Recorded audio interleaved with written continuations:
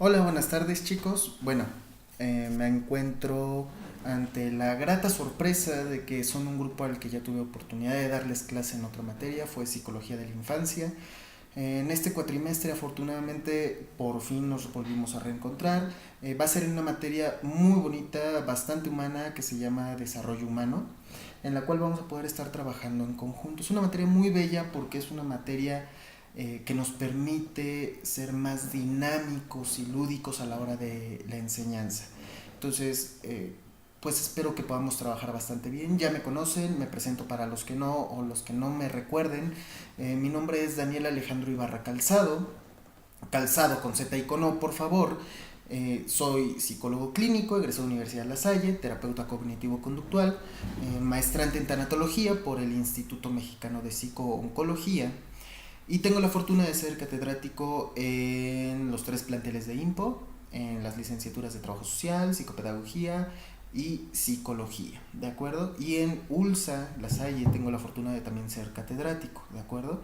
Entonces, bueno, esta materia que se llama Desarrollo Humano, antes de empezar el tema como tal, te voy a poner como las reglas o que vamos a estar siguiendo las normas, ¿de acuerdo? Vamos a tratar de hacer unos ejercicios el día de hoy. Mientras yo lo voy explicando en el video, tú en el momento en el que estés en tu casa, en el baño, en tu cama, donde tú te encuentres viendo en este video, trata de realizarlos al mismo tiempo para que te los pueda revisar la siguiente clase que ya nos encontremos persona a persona, ¿de acuerdo? Entonces, bueno, nada más recuerda las reglas básicas. Conmigo no hay retardos, es falta o asistencia. Asistencia antes de los 10 minutos, hay 10 minutos de tolerancia para llegar a la clase. Después de esos 10 minutos, claro que puedes pasar. Sin embargo, ya no tienes derecho a asistencia. Y como eres intensivo, una o dos faltas es directamente extraordinario o sin derecho a calificación o recurso, lo que tú elijas, ¿de acuerdo? Entonces tómalo muy en cuenta, recuerda que soy patológicamente puntual, nos vamos a estar viendo en clase constantemente, ¿de acuerdo? ¿Qué otra cosa? Bueno, te explico rapidísimo cómo es que vamos a calificar esta materia. Son tres rubros en general, ¿de acuerdo? Rubro número uno es la participación. Tu participación tiene que ser activa durante esta materia, es decir, yo te quiero ver comentando, compartiendo, dando tu reflexión personal de lo que has ido leyendo en la materia y comprendiendo de los temas. No es que digas lo primero que te viene a la mente, porque a estas alturas de tu carrera yo creo que ya no es lo adecuado. A estas alturas ya tendrías que hablarme con teorías y sustentos básicos para tu profesión, ¿de acuerdo? Entonces es lo que yo voy a estar pidiendo, el grado de un colega en esta parte, ¿de acuerdo? De profesionista a profesionista. Segunda parte, va a ser un examen, es un examen al final de los módulos que vamos a estar trabajando, ya te diré cómo se va a realizar, no es un examen normal, vas a verlo en ese momento y espero que te sea beneficioso también. Y tercer rubro, controles de lectura. Te voy a dejar leer de hecho bastante, lo lamento, de hecho te recomiendo que los vayas comprando de una vez porque va a ser, se van a entregar estos controles de lectura. Uno, en la segunda clase que tengamos, que de hecho pues va a ser la siguiente semana, entonces te recomiendo que lo empieces ya desde ahorita. Y el tercero, no, miento, discúlpame, son 5 clases, por lo tanto el primer control de lectura me lo vas a entregar en la tercera clase y el segundo control de lectura me lo vas a entregar en la última clase, el día del examen, ¿de acuerdo? ¿En qué consiste estos controles de lectura? Van a ser ensayos. Quiero verdaderos ensayos. ¿Cómo es un ensayo? Un ensayo es aquel que no es copiar y pegar el libro, texto, partes del libro. No es nada más tu opinión personal. Un ensayo es retomar algunas líneas o palabras del texto y lo demás parafrasear. Para que tengas posibilidades de sacar buena calificación en control de lectura, tu ensayo tiene que ser Arial 12, interlineado de 1.5, sin faltas de ortografía, justificado el texto y no quiero resumen, te lo vuelvo a repetir, ¿de acuerdo? Los dos textos que vamos a estar trabajando para esta materia son los siguientes. El primero, que va a ser tu primer control de lectura para la clase número 3, es decir, en 15 días, va a ser El hombre en busca de sentido. Es un libro hermoso y maravilloso. El autor es Viktor Frank, lo vas a encontrar en cualquier librería, se vende bastante, es muy bonito libro y tiene que estar de cajón en tu biblioteca personal, ¿de acuerdo? Entonces este es el primer libro del que me vas a hacer ensayo, ya sabes qué fecha es para la tercera clase y pues mucho éxito, sé que te va a servir y lo vas a disfrutar.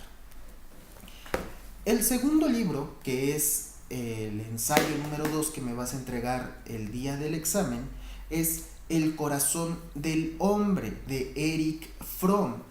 Este es el libro, este es el autor, se escribe Erich Fromm, ¿de acuerdo? Entonces, para que los vayas buscando, si alguien lo tiene, se lo pueden compartir o lo pueden buscar en redes, no sé.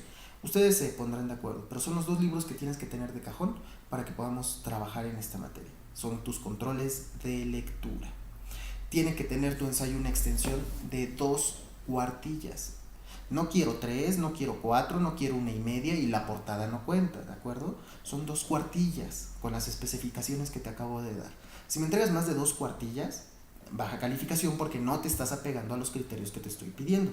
Si me entregas menos de 2 cuartillas, pasa exactamente lo mismo, ¿de acuerdo? Procura, yo sé que tenemos muchas cosas que decir, trata de ser lo más concreto que te sea posible, ¿de acuerdo? Entonces esos son nuestros rubros de evaluación. Vamos a tratar de dar inicio de una vez a lo que es esta materia precisamente, ¿de acuerdo?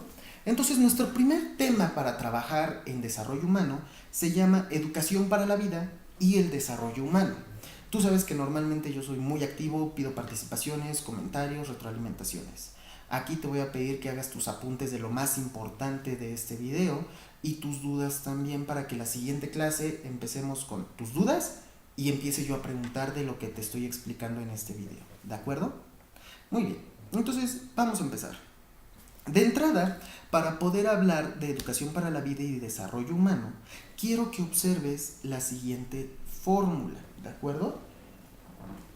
Hasta la tuve que escribir aquí en un pizarrón para ti. La fórmula es V es igual a C más H por A, ¿de acuerdo? Esta fórmula es muy sencilla de entender y ahorita vas a entender por qué va ligada al desarrollo humano.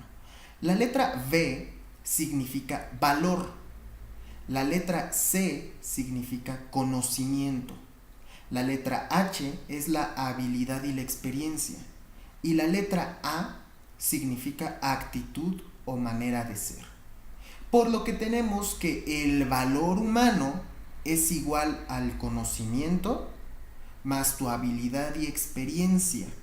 Pero estos dos se multiplican obligatoriamente por tu actitud o tu manera de ser. Por eso te lo remarqué hasta en otro color y más acentuado que las otras letras, porque podrás tener mucho conocimiento académico, podrás ser excelente para memorizar términos, podrás ser increíblemente maravilloso a la hora de tratar de llevar ese conocimiento a la práctica. Pero si ese conocimiento y esa habilidad y experiencia no van acompañados y multiplicados por una actitud y manera de ser favorable para ti y para los que te rodean, el valor humano disminuye mucho. Seguramente conoces mucha gente que sabrá mucho, que lee mucho, que pregona, que hace muchas cosas, pero si su forma de ser y su actitud con otras personas no es adecuado, los menosprecia, los trata mal, es demasiado ególatra, los hace menos, no acepta errores, no acepta opiniones, ese conocimiento y esa pericia en la praxis no le sirve de nada. Por eso es que necesitamos aprender a diferenciar esta fórmula y tratar de acoplarla a nuestra vida personal. Yo te hago una pregunta. Siguiendo esta fórmula, ¿cuál es tu valor en cuanto a la calidad de desarrollo humano? ¿Crees que es adecuada? ¿O crees que te falta y hay áreas de oportunidad que trabajar?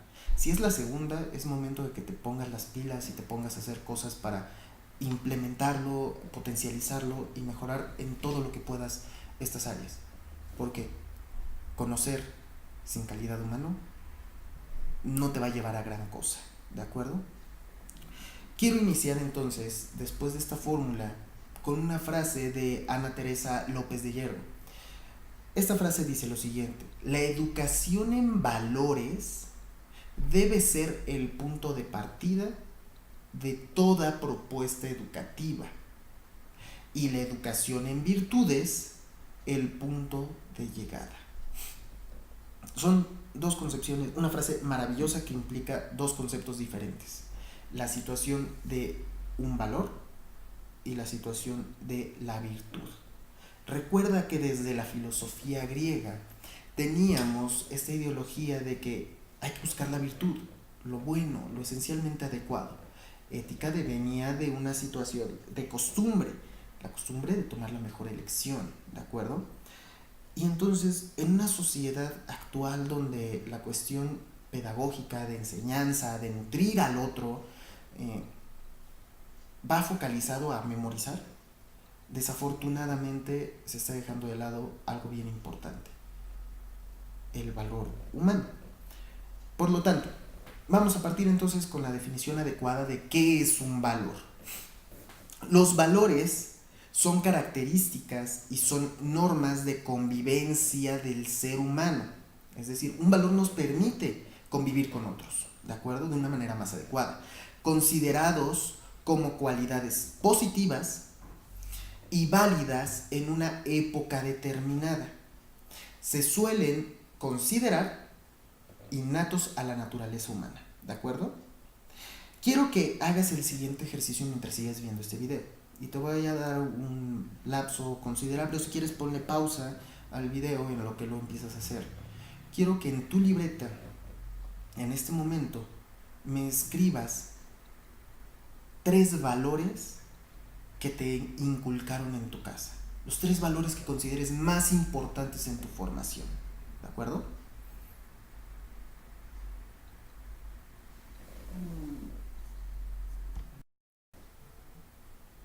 Muy bien, ahora, ya que tienes esto y lo vamos a comparar en clase, te vas a dar cuenta de una cosa: el sistema de valores que tú tienes inculcado no es el mismo que tiene inculcado otro de tus compañeros o alguno de tus otros familiares, porque han ido cambiando según la época en la que te criaron, el estilo con el que te criaron, y también tiene que ver las experiencias que tú mismo has ido atravesando hasta este momento de tu vida.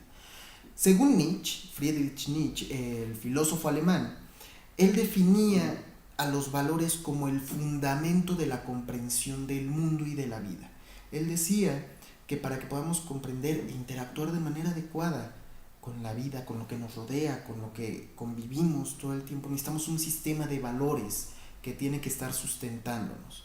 Desafortunadamente, ya metiéndonos bien a la teoría nihilista de Nietzsche, nos vamos a encontrar con que para él no todos los valores son adecuados, porque hay valores de debilidad que están siendo pues enseñados por una religión. Recuerda que Nietzsche está muy en contra de este tipo de pensamiento, y que tiene que llegar el ser humano para poder ser el Übermensch, el superhombre, a desarrollar su propia tabla de valores, no aquel basado en algo social como tal, en algo que se le inculcó a la fuerza, ¿sale? Según López de Yerbo, la autora que estábamos manejando y hablando hace un momento, los valores, y esa es la definición que te tienes que quedar muy en cuenta también tú, son toda perfección real o posible que procede como tal de la naturaleza y que se va a estar apoyando tanto en el ser como en la razón de ser de lo que es real, ¿de acuerdo? Suena un concepto bastante complicado de repente, sin embargo es bastante práctico empezar a tratar de analizarlo un poquito.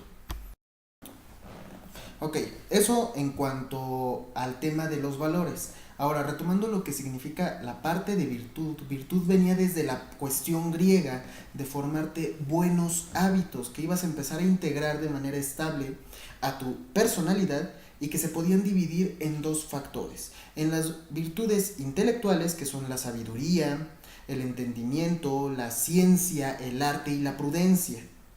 Y las virtudes morales, que son la prudencia, la justicia, la fortaleza y la templanza. Templanza como mesura, es decir, un punto medio para no radicalizar en ninguno de los 2 polos de una situación. Los griegos consideraban muy importante esta situación de alcanzar la virtud porque entonces mediante la razón y el entendimiento podías alcanzar un grado superior al resto de la población que se quedaba en lo pasional, en lo aparente, ¿de acuerdo? Ahora, ¿por qué tenemos que hablar de educación en valores y virtud para el siglo en el que nos encontramos? Hay que contextualizar un poquito. Vamos a poner en un ámbito de comparación el sistema que se estaba llevando a cabo en México con el que se ha estado llevando a cabo en España, por ejemplo. En 1990, contextualizando un poquito, se instaura en España la Reforma General del Sistema Educativo. ¿Esta reforma en qué consistía? Suponía la renovación y la reestructuración de todos los principios o toda la metodología que guiaban una práctica educativa. ¿Por qué? Para reformar estos principios de educación. España se encuentra ante una situación en los 90 donde se da cuenta que un modelo conductista y un modelo constructivista ya no son suficientes, porque el primero estaba centrado y focalizado a que el ser humano memorizara nada más, generar una conducta deseada para lo que académicamente era esperado y deseado. Mientras que el constructivismo, aunque era una buena renovación porque le regresaba la responsabilidad al alumno de construir su propio conocer, era en muchos puntos muy ambiguo porque no había una clara indicación de lo que se tenía que realizar como tal. Desde esta nueva posición, las tareas iban a partir de una visión de un centro educativo que fuera más integral, es decir, donde se pudiera trabajar al mismo tiempo una vinculación entre alumnos, docentes y familia. En México se tiene muy estipulada la forma de trabajar de si un psicopedagogo o un psicólogo educativo va a trabajar una necesidad académica, se centra en trabajar prácticamente solo esa población. Vamos a pensar TDAH. El profesionista que lo va a trabajar, en su mayoría, se centra en trabajar solo con el alumno que tiene este problema o trastorno del aprendizaje también y de la conducta. Sin embargo, no es el único que se tendría que trabajar. Tendríamos que ver la manera de incorporar a la familia que va a influir en el niño que influye en la familia, el padre que influye en el docente que influye en el niño y que al mismo tiempo influye en la familia, para que sea algo más integral. Separar un todo, porque el todo es más que la suma de las partes para poder reincorporarlo otra vez. Cosa que en nuestro sistema actual no se tiene, se trabajan por separado. Por una parte se trabaja niños, por otra parte se trabaja docentes y por otra parte se trabaja familia. Pero en ningún momento los están incorporando otra vez para que trabajen como un mecanismo, una máquina que tenga los engranes funcionando al mismo tiempo, donde si este engrane gira, este también, y entonces el tercero también. Sino que lo que se ha hecho es que cada engrane funcione por su cuenta, generando a veces más conflicto que soluciones adecuadas. Eso es lo que inspiró a la reforma educativa en España en el 90. El enfoque dominante hasta ese momento era precisamente el conductual y el constructivista, es decir, gran parte era cognición y conducta, que seguían siendo los pilares fundamentales de toda intervención educativa. Cuando se empieza a tratar de implementar la cuestión de la psicopedagogía, porque surge como algo, un movimiento muy fuerte principalmente en España, se considera la Gestalt como eje fundamental. Aplicar la Gestalt en el ámbito educativo implicaba centrarse en el aquí y en el ahora, atender a lo obvio y tomar en cuenta lo que sí existe, lo que sí está. Así poder entrar en un contacto con la experiencia que el aprendizaje estaba generando. Recordando que la psicoterapia Gestalt fue propuesta y mejorada y aplicada en muchos contextos por el matrimonio Peirce, por Laura y por Fritz, aunque toda la teoría de la Gestalt venía desde muchos autores anteriores como Wertheimer, por ejemplo. Entonces, al momento de empezar a implementar esto, se dan cuenta de que el alumnado tenía una respuesta diferente. Se empezaban a generar propuestas más interesantes donde el alumno no memorizaba, sino que comprendía, donde no solo construía su conocer, sino que además era apoyado por un docente que no lo dejaba a la deriva, que hiciera lo que pudiera con las herramientas que tuviera en ese momento. Esto representó un cambio enorme en la educación española. Sin embargo, y si te estás dando cuenta, este cambio se dio en 1990.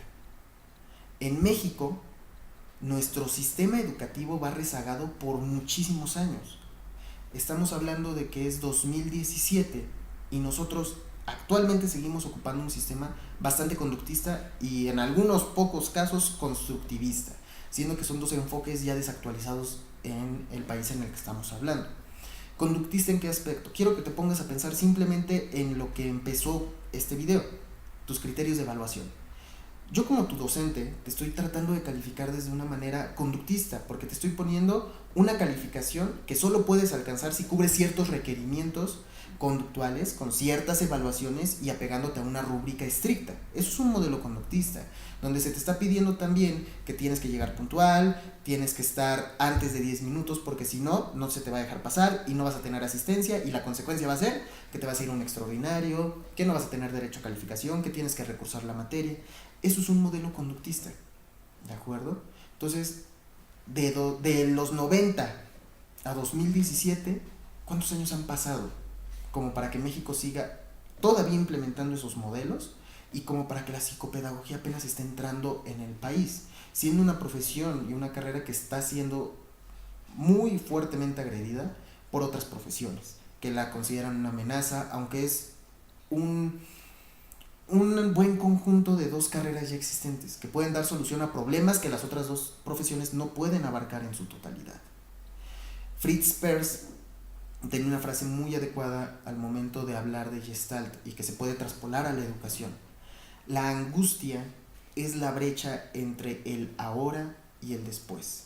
Es decir, muchas veces estamos preocupados por un exceso de futuro. ¿Qué va a pasar? ¿Qué voy a hacer mañana? ¿Qué voy a aprender mañana? ¿Qué voy a proponer mañana? ¿Qué va a pasar si no acredito esta materia? ¿Cómo me voy a titular? Cuando son escenarios que todavía no existen. El exceso de futuro nos genera esta angustia, nos genera esta ansiedad. Las personas que siguen viviendo en un exceso de pasado están metiéndose en una situación de depresión porque están enganchados con algo que ya fue y que no se puede cambiar. Heráclito, los griegos decían, aunque te bañes en el mismo río, no va a ser la misma agua con la que te estés limpiando, porque es todo un constante cambio. El pasado es un ya no ser, el futuro es un todavía no ser, y el presente es una constante de cambio de ser para no ser. Tú no eres el mismo alumno o la misma alumna que empezó a ver este video hace 20 minutos. Con poco o mucho de lo que se te ha quedado que estamos hablando ahorita, tú ya cambiaste algunas cosas. Ya no eres la misma que empezó el video. Por lo tanto, estamos viendo este flujo constante de nuestra vida. También hay que ser cuidadosos y atender exclusivamente el presente nos va a generar estrés. Tenemos que tratar de tener un equilibrio entre los tres tiempos para poder mantener una homeostasis adecuada en nuestro aprendizaje y en nuestra vida personal y profesional. Por lo tanto, y retomando un poco este modelo Gestalt, tenemos unos puntos muy importantes que espero puedas anotar en tu libreta porque los vamos a estar ocupando constantemente.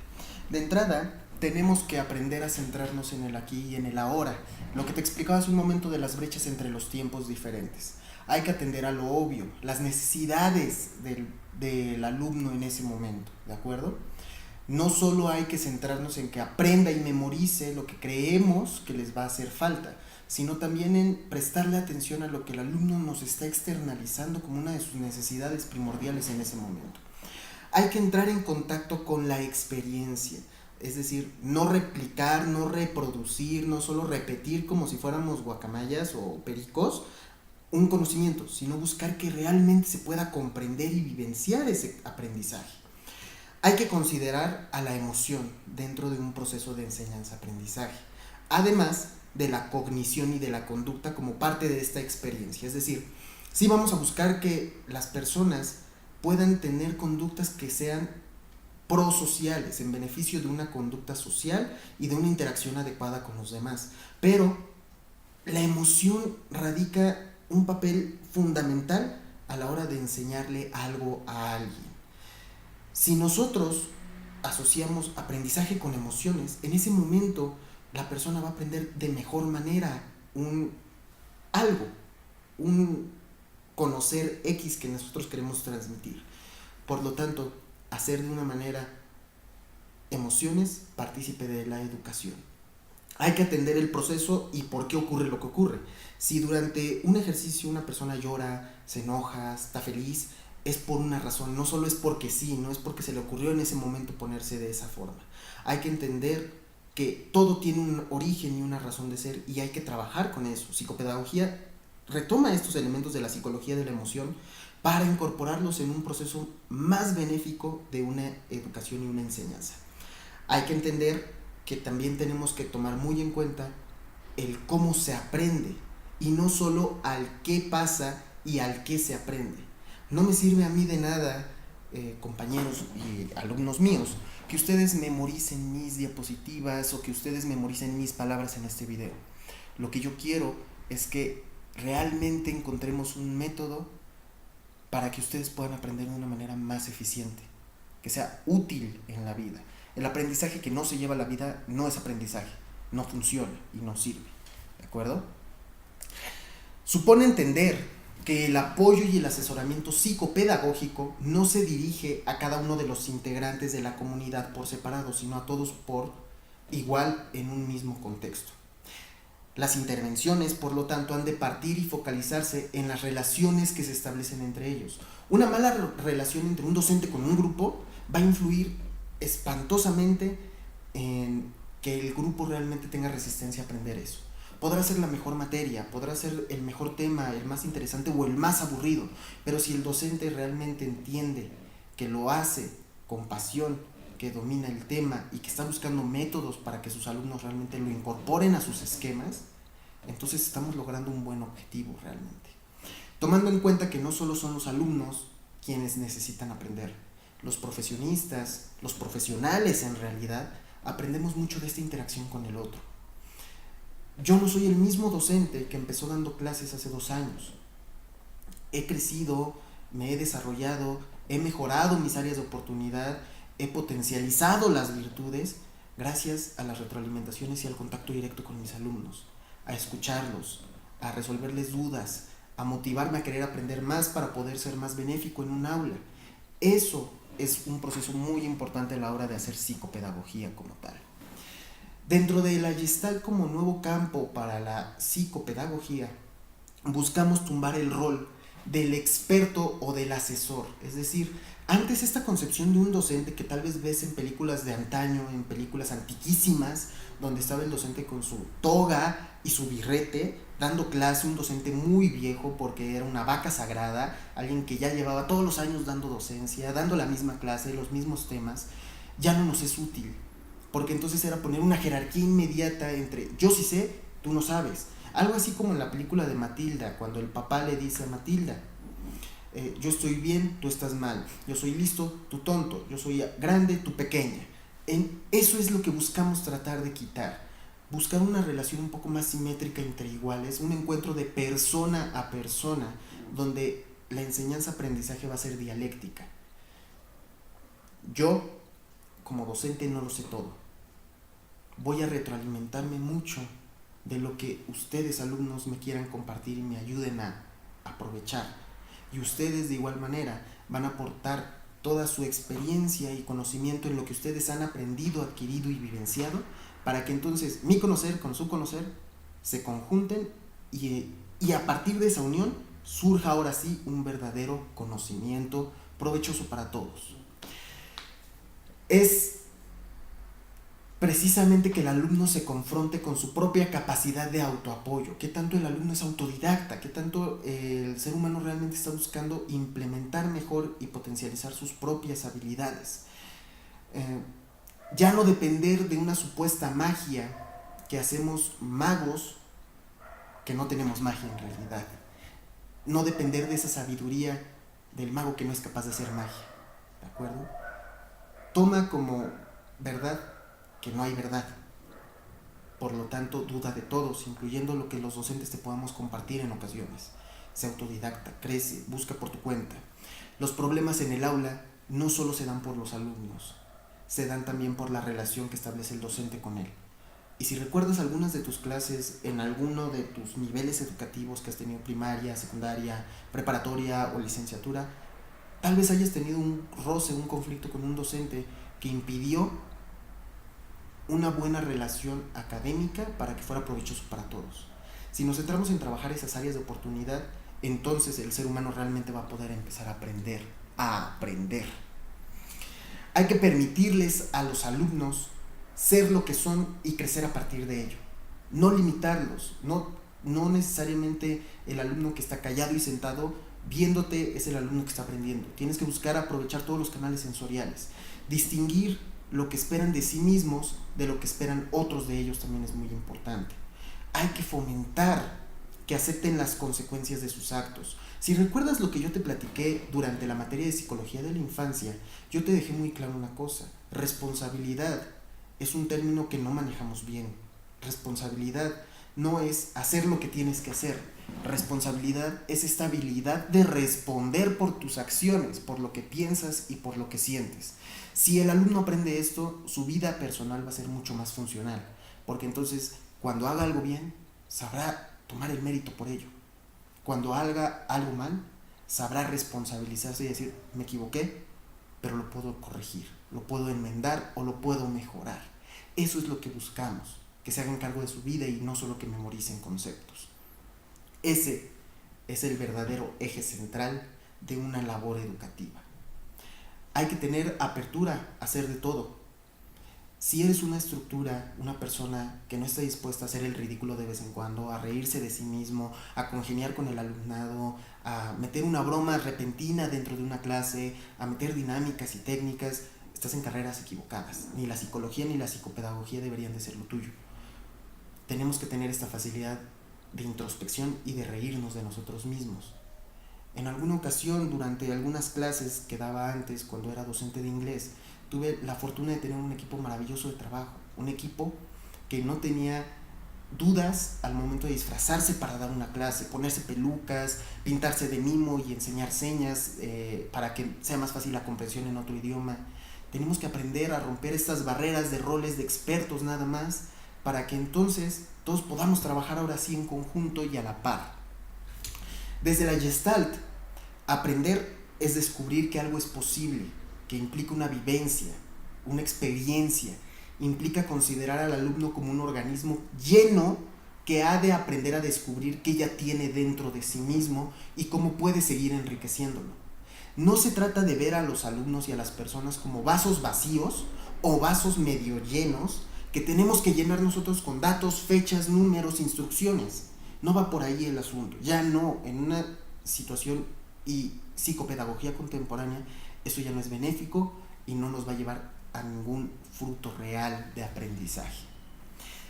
Hay que aprender a trabajar con toda clase de grupos, con toda clase de alumnos. Hay grupos que son más complicados de trabajar que otros, no porque no quieran aprender, sino porque se tienen que buscar recursos diferentes para hacer más fácil ese aprendizaje. Hay que aprender a vencer resistencias. Recuerda que una resistencia no necesariamente es algo que te va a impedir hacer una actividad determinada. La resistencia es una señal de necesidad de cambio. No es una barrera necesariamente, es una señal de una necesidad de cambio. ¿De acuerdo? Ahora, motivar aquí es orientar hacia una meta partiendo de lo que ya existe. Es decir, yo retomo conocimientos y experiencias que mis grupos ya tienen para tratar de motivarlos hacia una meta nueva. No trato de que olviden todo, ni trato de que memoricen todo, sino retomo lo que ya traen en su interior, psíquicamente hablando, emocionalmente hablando, cognitivamente hablando, para llegar a un objetivo en particular. Hay que aprovechar lo que interesa al alumno y no lo que creemos debería de importarles. Hay que aprender a utilizar las virtudes y las ventajas de todos los alumnos en favor de un mismo grupo. Ningún profesor, y esto es ley de vida, puede motivar a un alumno si él mismo no transmite su emoción. Cuando un alumno me pregunta a mí: profe, ¿cuál es su secreto o la clave para dar una buena clase? Son dos cuestionamientos. Una, no estoy completamente seguro de que mis clases sean buenas. Ese es de entrada. Habrá gente a la que le funciona, hay gente a la que no le funciona. Sin embargo, también soy consciente de una situación. Lo que a mí me ha funcionado es tratar de dar cada tema como si fuera el mejor tema de todo el mundo. Aunque sea algo con lo que yo no estoy muy de acuerdo, aunque sea algo que no me embone del todo en mi forma de enseñanza o de aprendizaje, trato de dar cada tema como si fuera el mejor y el que más me apasiona. Transmitirle esa emoción, que es lo que les estaba mencionando hace un momento a los alumnos, va a hacer la enorme diferencia. No tienen que casarse con mi método y mi modelo, pero si yo les enseño con la misma pasión con la que yo domino mi método, todos los otros métodos y estrategias que hay, entonces hay mayor probabilidad de que cada uno elija el rumbo que quiere auténticamente, no solo por seguir un ideal y un modelo que ya está establecido y que ya está existente, de una estructura de un docente que ya está formado. Es preparar a los alumnos también para la vida, no solo para la escuela. Desafortunadamente, y en alguna ocasión con uno de mis mejores amigos platicando, decimos, es que la escuela no te prepara para la vida realmente. Te enseña a estar preparado como profesionista y profesionalmente. Te enseña a memorizar y te enseña a dominar temas de tu carrera. Pero desafortunadamente no nos enseñan a cómo aprender a utilizar eso en aras de un beneficio personal y de desarrollo humano. Hay que permitir el desarrollo cognoscitivo, sí, claro, pero también hay que permitir el desarrollo afectivo y social de todos, familia, alumnos, docentes. Somos un equipo a final de cuentas que estamos trabajando al mismo tiempo, por un mismo método, por una misma meta y por un mismo objetivo en común. En alguna ocasión podrás tener la facilidad tal vez de juntarte con algún grupo o con algunos alumnos y proponerles hacer algo distinto. ¿Qué tiene de malo el día de hoy que en Halloween, por ejemplo, le pidas a un grupo que se disfrace contigo y tú como docente tratar de dejar un poquito de lado esa parte tan hegemónica de yo poseo el conocimiento, la sapiencia, y me incorporo con ustedes en una actividad que yo mismo estoy proponiendo? Así, la conexión, la empatía, no simpatía, entre ambos va a ayudar más a que se lleve a cabo esta situación. Me gustaría cerrar con una frase muy importante que se llama, o más bien que es la siguiente: los alumnos son un reflejo de la pasión del profesor. Eso aplica siempre, eso lo he entendido a la larga de ser docente y de desempeñar esta labor tan hermosa y noble. Pero también hay que comprender que el alumno va a influir mucho en la motivación del docente. Trata de entender la fórmula que revisamos al inicio. El valor de la calidad humana tiene que ver mucho con la actitud con la que tú estás desempeñando tus roles, con la actitud con la que tú llegas a clases, con la actitud con la que tú quieres aprender. Explota, exprime todo lo que puedas de la gente que te pueda dejar algo. Si algo de lo que te he dicho en esta primera clase te es útil, me da mucho gusto, porque vamos a poder hacer muchas cosas en conjunto. Otro de mis docentes de la maestría solía decir, si lo que yo te digo te sirve, guárdalo, archívalo y ocúpalo. Si lo que yo te he dicho no te funciona, haz lo que se hace con la basura. Toma esa hojita, hazle una bolita de papel y ponla donde va la basura, en un bote, porque entonces no va a ser benéfico y solo te está ocupando espacio. Hay que hacer las cosas diferentes para generar resultados diferentes. Finalmente, desarrollo humano no solo es memorizar conceptos, es potencializar tu cambio como ser humano, como persona, como agente que puede cambiar situaciones en el área que decida.